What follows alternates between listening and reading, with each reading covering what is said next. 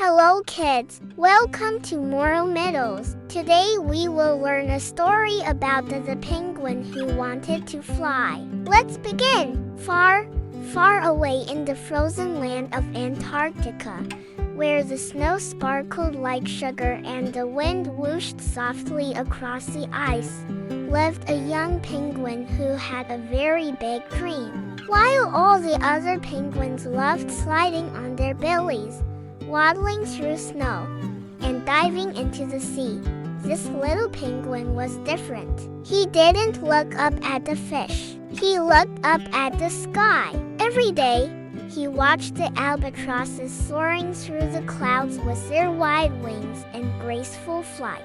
He watched the seagulls gliding above the ocean waves and the petrels zipping through the wind. "I want to fly like them," the little penguin said softly. "I want to touch the sky one chilly morning, just as the sun peeked out from behind the icy cliffs." The penguin waddled to the middle of the colony and made a big announcement.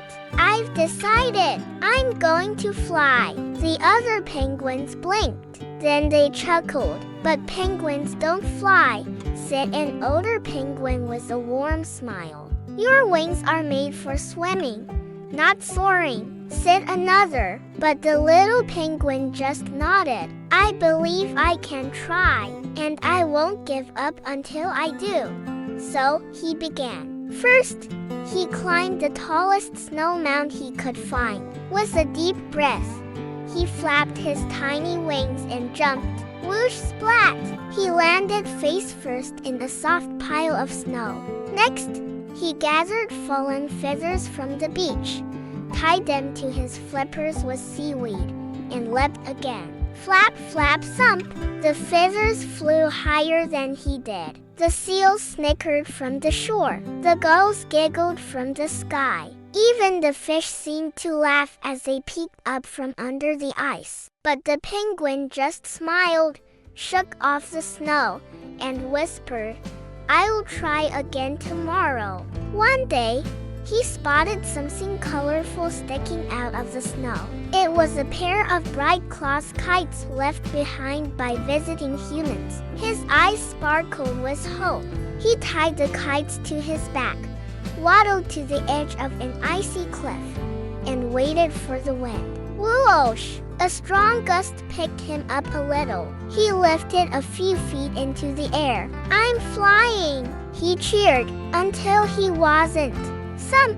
Right back into the snow he went, upside down, flippers in the air. That night, the little penguin sat near the edge of the sea. His feathers were frosty, and his heart felt heavy. "Maybe I'll never fly," he said quietly, watching the clouds drift by. Just then, he heard a tiny chirp. He turned and saw a baby bird, small and shivering, at the edge of an icy cliff. The wind howled, and the baby bird's feet slid closer to the edge. The penguin didn't wait. He raced across the ice, faster than he ever had before.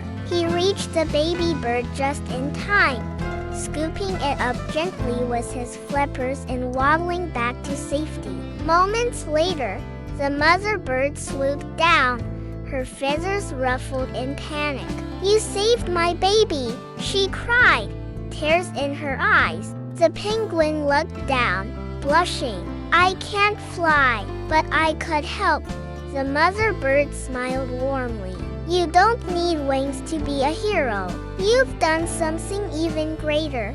From that day on, the little penguin no longer wished to be like the birds above. He still looked at the sky, but not with envy, only wonder. The other animals admired him, not for flying, but for his bravery, kindness, and big heart. And in his own way, the little penguin had found a way to soar not through the clouds, but straight into the hearts of everyone around him. Moral of the story: you don't have to be like others to be amazing. Sometimes being helpful, brave, and true to yourself is the best way to fly.